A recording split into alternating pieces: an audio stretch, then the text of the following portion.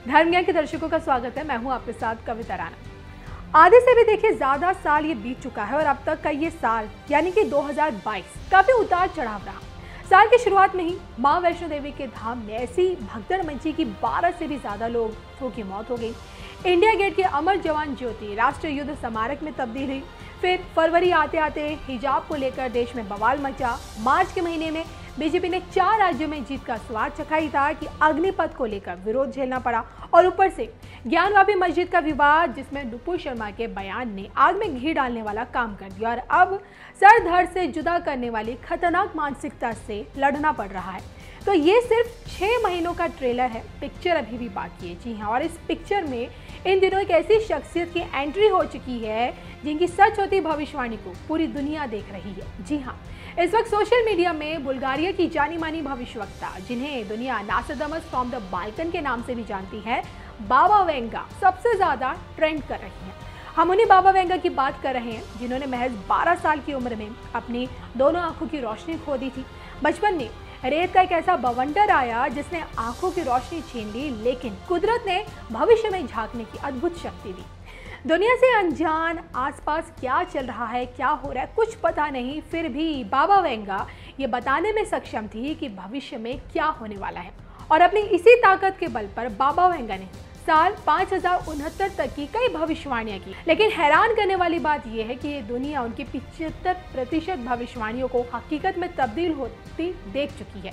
हाल ही में तो देखिए 2 और भविष्यवाणी बाबा वेंगा की सच हुई है, जिसकी चर्चा इन दिनों सबसे ज्यादा है। 2022 की शुरुआत में ही बाबा वेंगा की ये भविष्यवाणी दुनिया के सामने आई थी कि एशियाई देश और ऑस्ट्रेलिया के कुछ हिस्सों में बाढ़ जैसे हालात बनेंगे, भूकंप आएगा और सुनामी भी आएगी। और इस वक्त दुनिया के हालात इसी भविष्यवाणी की ओर इशारा कर रहे हैं। भारी वर्षा और बाढ़ ने देखिए ऑस्ट्रेलिया के पूर्वी तट पर तबाही मचा दी थी। बांग्लादेश, भारत के उत्तर पूर्वी हिस्से और यहाँ तक कि देखिए थाईलैंड भी बाढ़ से प्रभावित रहा। और इसके अलावा बाबा वेंगा की देखिए दूसरी भविष्यवाणी कहती है कि दुनिया में कई शहर पानी की कमी से प्रभावित होंगे और नतीजतन देखिए पुर्तगाल में पानी की कमी और भारी सूखा पड़ा। इटली में भी कई दशक बाद सबसे खराब सूखा इस बार देखने को मिला। फिलहाल यही 2 भविष्यवाणियां हैं जिन्हें पूरी दुनिया सच होती देख रही है। और इसी तरह बाबा वेंगा की देखिए ज्यादातर भविष्यवाणियां सच हुई हैं, लेकिन जिन भविष्यवाणियों के सच होने की चर्चा सबसे ज्यादा होती है, आइए उस पर एक नजर डालते हैं। बाबा वेंगा की सच हुई भविष्यवाणियां। रशियन न्यूक्लियर सबमरीन के डूबने की घटना, अमेरिका में आतंकी हमले की घटना, अमेरिका का 44वां राष्ट्रपति अफ्रीकी अमेरिकी होगा, 1918 से लेकर 1943 तक बुल्गारिया के किंग की मौत, चेकोस्लोवाकिया का अलग होना, लेबनान में दंगे, निकारागुआ में दंगे, साइप्रस विवाद, इंदिरा गांधी का पीएम बनना और फिर उनकी हत्या, सोवियत यूनियन का विघटन, यूगोस्लाविया का अलग होना, पूर्वी और पश्चिमी जर्मनी का एक साथ मिलना, स्टालिन की मौत की तारीख, सीरिया का सिविल वॉर, क्रीमिया का अलग होना। तो 2022 में बाबा वेंगा की सच होती भविष्यवाणियों को देखकर अब लोग देखिए 2023 को लेकर ये जानना चाहते हैं कि 165 दिन बाद जैसे देखिए नया साल यानी कि 2023 दस्तक देगा, उसमें क्या कुछ देखने को मिलेगा। और अपनी इस जिज्ञासा को शांत करने के लिए लोग फिर से बाबा वेंगा की आगे के सालों की भविष्यवाणियां खंगाल रहे हैं।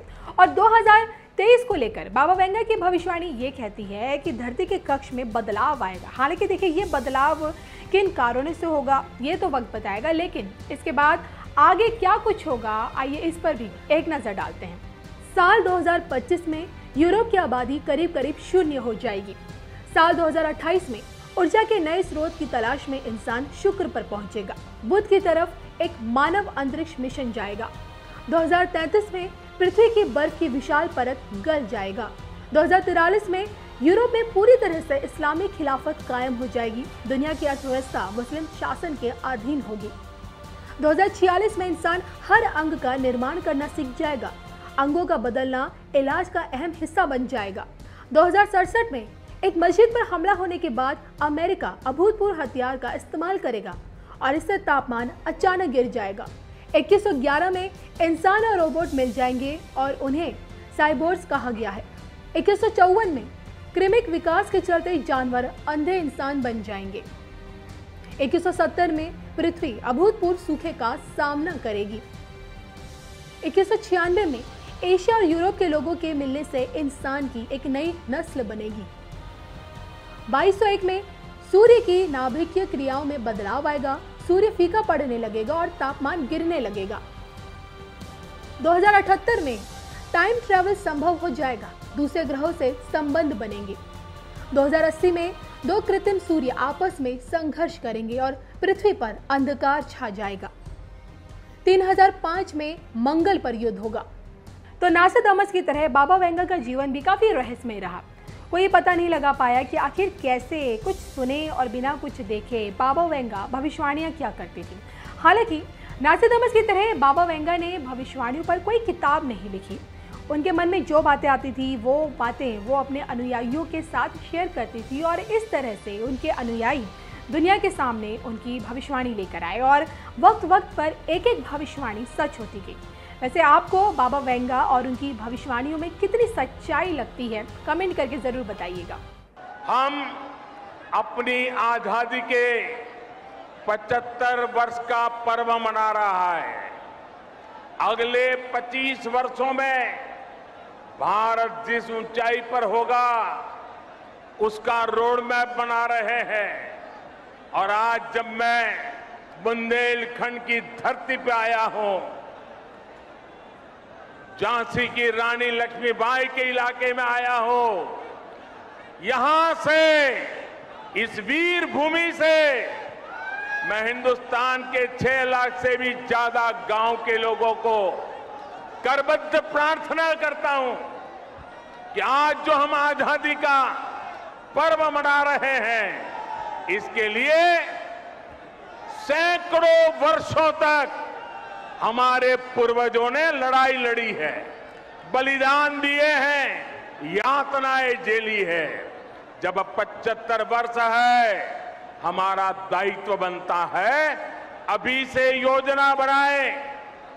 आने वाला 1 महीना 15 अगस्त तक हर गांव में अनेक कार्यक्रम हो, गांव मिलकर के याद कार्यक्रम करे, आजादी का अमृत महोत्सव बनाने की योजना बनाए, वीरों को याद करे, बलिदानियों को याद करे, स्वतंत्र सेनानियों को याद करे, हर गांव में नया संकल्प लेने का एक वातावरण बने। ये मैं सब देशवासियों को आज इस वीरों की भूमि से प्रार्थना करता हूं। साथियों, आज भारत में ऐसा कोई भी काम नहीं होना चाहिए जिसका आधार वर्तमान की आकांक्षा और भारत के बेहतर भविष्य से जुड़ा हुआ न हो।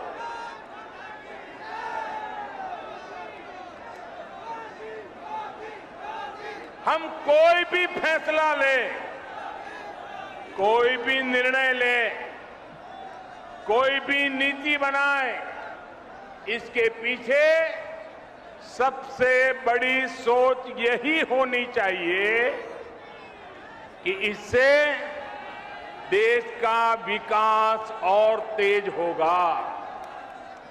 हर वो बात जिससे देश को नुकसान होता है, देश का विकास प्रभावित होता है, उससे हमें हमेशा हमेशा दूर रखना है। आजादी के 75 वर्षों बाद भारत को विकास का ये सबसे बेहतरीन मौका मिला है। हमें इस मौके को गंवाना नहीं है। हमें इस कालखंड में देश का ज्यादा से ज्यादा विकास करके उसे नई ऊंचाई पर पहुंचाना है, नया भारत बनाना है।